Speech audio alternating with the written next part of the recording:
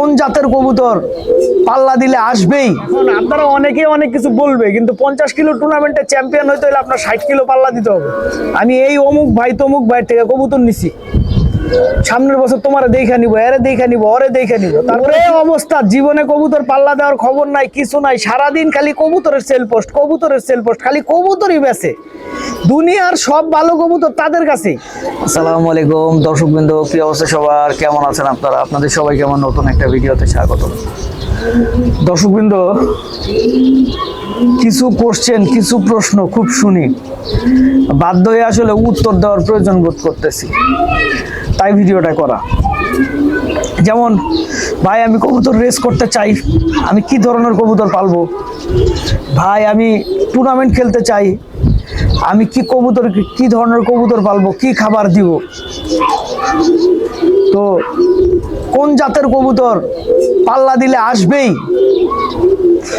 তো ভাই আসলে আমি আপনাদেরকে ছোট করার জন্য কিছু বলতেছি না, জাস্ট আপনাদেরকে বোঝানোর জন্য বলতেছি। এমন কোনো কবুতর নাই যে কবুতর পাল্লা দিলে আসবেই। এমন কোনো মেডিসিন নাই যে মেডিসিন খাওয়াইলে কবুতর যেখান থেকেই ছাড়েন কবুতর চলে আসবে, নাই ভাই। এখন প্রথম কথা হচ্ছে, কবুতরের জাত ভালো হওয়া লাগবে, এটা সত্য। কবুতরের খাবার ভালো হওয়া লাগবে, এটাও সত্য। তার থেকেও বড় কথা, মনে করেন আপনি একটা টুর্নামেন্ট খেলতেছেন 50 কিলো, হ্যাঁ। এখন আপনারা অনেকে অনেক কিছু বলবে, কিন্তু 50 কিলো টুর্নামেন্টে চ্যাম্পিয়ন হইতে হলে আপনার 60 কিলো পাল্লা দিতে হবে। 60 কিলো পাল্লা দিলে 50 কিলো টুর্নামেন্টে আপনি শিওর চ্যাম্পিয়ন হবেন। কেন? কারণ হচ্ছে বর্তমানে আকাশে যে পরিমাণে বাজ, আর এছাড়াও আরো যত ঝামেলা আছে, তো এইসব ঝামেলার সাথে কবুতরের যেন খাপ খাওয়ায় নিতে হইলে ভাই 50 কিলো টুর্নামেন্টে 60 কিলো পাল্লা লাগবেই। কারণ জানো, কবুতরের কাছে আপনি 60 কিলো পাল্লা দিয়ে রাখছেন, 50 কিলো যখন ছাড়া হবে ওর কাছে যেন জিনিসটা সহজ মনে হয়। আপনি মনে করেন ডেলি হাতে করে নিয়ে 20 কেজি একটা বাজারের ব্যাগ নিয়ে আপনি মনে করেন 3 তলায় উঠতে পারেন। তা আপনাকে যদি এটা 20 কেজির জায়গায় আমরা কইরা দিয়ে হচ্ছে মনে করেন 10 কেজি, তখন আপনার কাছে কি মনে হবে? কিংবা 15 কেজি, তখন আপনার কাছে কি এটা কিছু মনে হবে? দূর, আমি তো 20 কেজি নিয়ে উঠি, 15 কেজি কোনো ব্যাপারই না। তো কবুতরের পাল্লার ক্ষেত্রে ব্যাপারটা একদম সেম। আপনার টুর্নামেন্ট যা খেলবেন আপনি, ঠিক আছে, আপনার পাল্লা থাকতে হবে এর ওভার।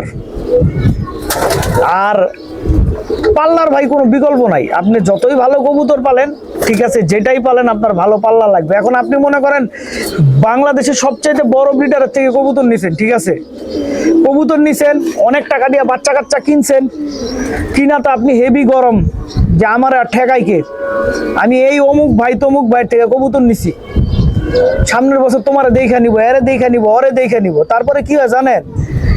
পাল্লা তো ঠিক মতো দেয়ই না, অমুক ভাইয়ের কবুতর তমুক ভাইয়ের কবুতর দিয়া মনে করেন আপনার গান দিতে থাকে।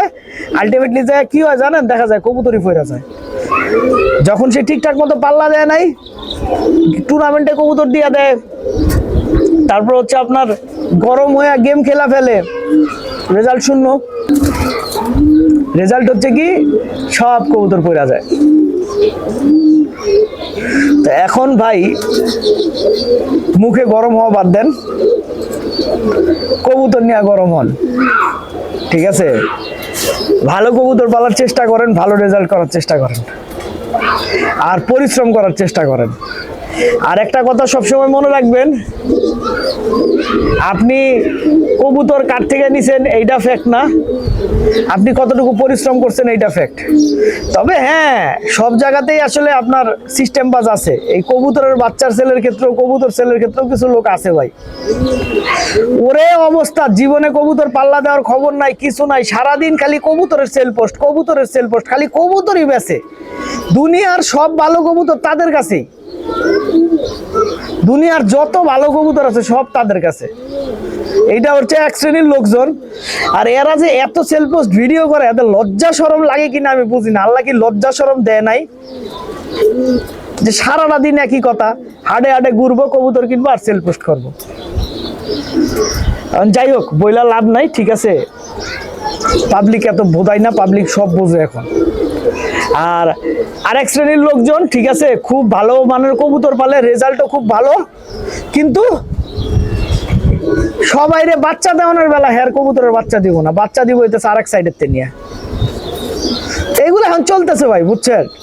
এখন কথা হচ্ছে যে আপনি ঠিকটা করবেন না ভুলটা করবেন আপনার ব্যক্তিগত বিষয়। আমার কাজ আপনাদেরকে সতর্ক করা, আমি সতর্ক করি। এখন শুনবেন কি শুনবেন না এটা আপনাদের ব্যক্তিগত বিষয়, বাট আমি চেষ্টা চালাচ্ছি সত্য কথা বলার জন্য। ইতিপূর্বেও সত্য কথা, সঠিক কথা বলার জন্য আমি অনেক চাপ খাইছি, সামনেও হয়তো বা খাবো। আমার আল্লাহ আমার সাথে আছে, ইনশাল্লাহ আল্লাহ আমার টিকায় রাখবে। আল্লাহ সবাইকে ভালো রাখুক, 5 ওয়াক্ত নামাজ পড়ার তৌফিক দান করুক। আসসালামু আলাইকুম।